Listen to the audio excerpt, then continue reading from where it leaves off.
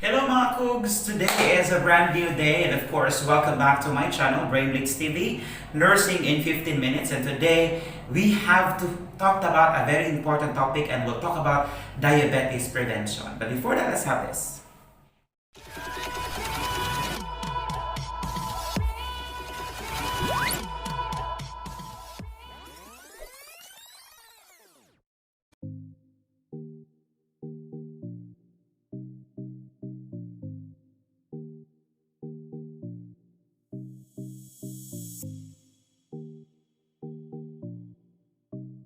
Once again, ladies and gentlemen, today is a brand new episode, and of course, we'll talk about a very wonderful topic. And welcome back to my channel, Brainblitz TV, Nursing in 15 Minutes. What's in must come out, and what's out must come in. And of course, today is a brand new episode, and we'll talk about a very special topic. We will consider a very significant topic today because this is gonna be increasing in its incidence, especially on morbidity rate. We'll talk about diabetes. And of course, the focus of today's vlog is about diabetes prevention, okay? Okay, so let's talk about diabetes. I'm not gonna discuss the entire diabetes discussion because of course it will actually gonna be lengthy and will only be very short, and we'll only talk about that one for a very short time. So we'll focus more on its prevention, okay? But first, of course, let's talk about diabetes. Diabetes is a metabolic disorder that is involved with, there's gonna be a problem with the metabolism of glucose. And of course, glucose is very important because the cell needs glucose to function. But of course, if there will be diabetes, the patient will have problems with the utilization of glucose because it will not get inside the cell because the problem then is it lacks insulin. And of course, we have two main types of diabetes. We have type 1, and the type 1 is your insulin-dependent diabetes mellitus. So basically, the patient who's diagnosed with this type of diabetes requires insulin injection. And of course, our type 2 diabetes is our non-insulin dependent diabetes mellitus, or your NIDDM. Of course, some of these patients does not require injection of insulin because they only need to have oral hypoglycemic agents or your OHA or your metformin. But of course, we'll not talk about the pathophysiologic processes that is involved with diabetes, but of course we focus more on its prevention, okay? So for us to understand and easily remember the prevention of this diabetes or this condition, of course I made a mnemonic, and the mnemonics is diabetes, okay? So that's letter D, letter I, letter E, letter B, letter E, letter T, letter E, and letter S. It's gonna be 7 components of diabetes prevention. So let's talk about that one by one. Let's begin with the first one. Let's talk about letter D. Diabetes. Letter D stands for diet for sugar and refined carbohydrates must be cut.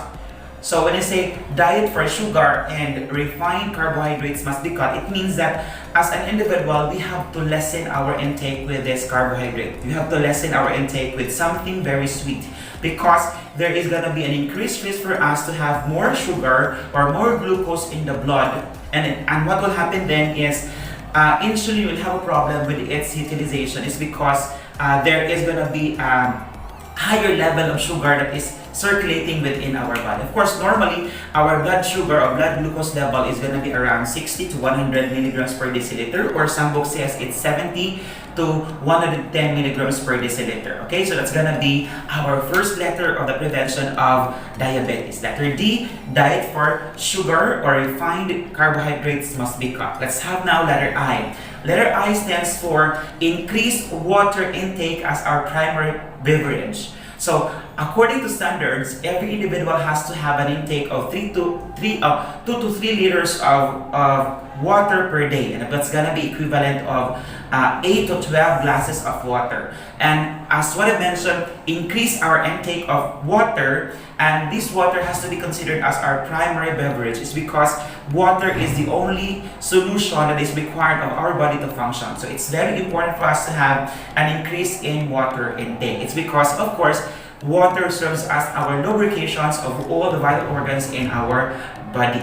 Okay, so we're done with letter I. Let's have the letter A. Letter A stands for avoid sedentary behaviors. So say avoid sedentary behaviors, it will be very important for us to remember that we have to make sure that, of course, we have to move. We have to make sure that we should not be on a sedentary lifestyle. It's because if there will be instances of us to have a sedentary lifestyle, there is a possibility that there will then be formation, or there will actually going to be increasing risk of us to have diabetes type 2, because of course sometimes, of course most of the time, according to statistics, diabetes type 2 or NIDDM, or your non-insulin dependent diabetes mellitus, is brought about by sedentary lifestyle that will probably lead to the development of obesity. Okay, so we're done with the first three letters, D, I, A. Let's now have letter B.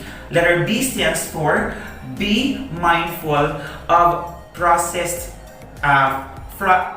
food intake. So it will be very important for us to remember that we are going to be mindful of what we eat. We have to be mindful of what we actually ingest. So therefore, it will be very important for us to have a lesser intake of these processed foods. It's because this might actually lead or cause the development of obesity.